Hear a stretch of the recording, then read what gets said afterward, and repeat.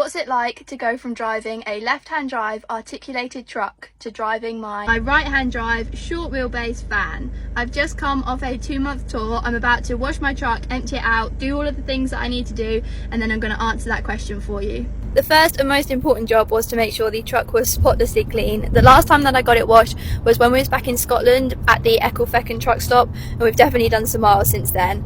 Next up, I had to help move a few things around in the yard, just make sure that they were safely put away. I don't think I did a very good job with this. I wasn't too sure where I was supposed to be putting everything, so I ended up just reverting back to the truck, making sure that was clean. We don't always have the same trailers on when we go out on different jobs, so it's really important that we make sure we leave them really clean and everything nice and tidy, put the straps away, make sure the bars are neat, everything like that, just to make sure that it's good for the next driver and nobody complains. So after sweeping that out, I then removed my tacho card to download it. I'm curious if some people are going to complain about this and say that all of these tasks should be done on other work. However, my driving shift and cleaning the truck had finished. I was about to head home and it was my decision to fart about and take ages to do all of these tasks, so I think it's absolutely fine that the card was out. Now, I am aware that this is a big flex showing off, but one of the first things I do after getting back is just safely put away the lanyard from the tour.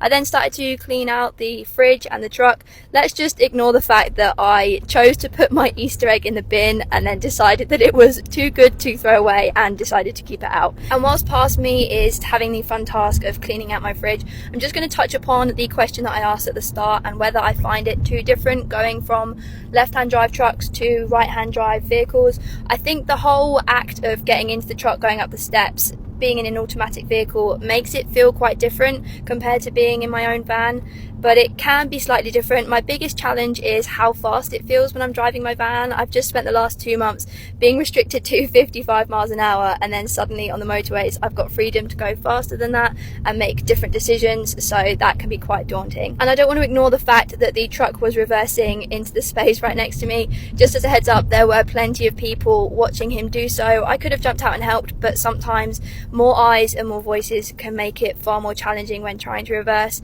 But like I said, I was aware that was going on, as well as having an existential crisis about how much stuff I had in the truck. I do end up finding things I forget about, such as these really cool goggles, so it can be quite fun, and all the artwork that I collect over the tour, but as you can see, it can feel like a huge task. This isn't even emptying it out completely, this is just getting stuff ready to go home with. And if anyone has any more questions regarding moving from a truck to a van or left hand to right hand drive, do ask away. I can't think of anything else more to answer, but I do definitely understand the curiosity around the whole subject. I can also understand if people are wondering, why is she putting all of her bags in the front of the van rather than the back? And my lovely boyfriend was obviously thinking the same thing, which is why that bag ended up in the back. After locking the cab and handing in all my paperwork and saying goodbye to the lovely office dog Louie, it was finally time to head home after a long 2 months.